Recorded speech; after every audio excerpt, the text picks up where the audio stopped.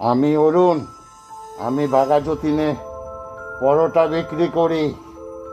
আমি তোমাদের এই রংদলে একটা গান করছি, সেটার সঙ্গে নাচ দেখামু। আমি হচ্ছে অরুণ, আমার অকাত খালি পরোটা বিক্রি করা। তাই চলো, আমার গানটা কেমন হয়েছে একটু বলবা তোমরা।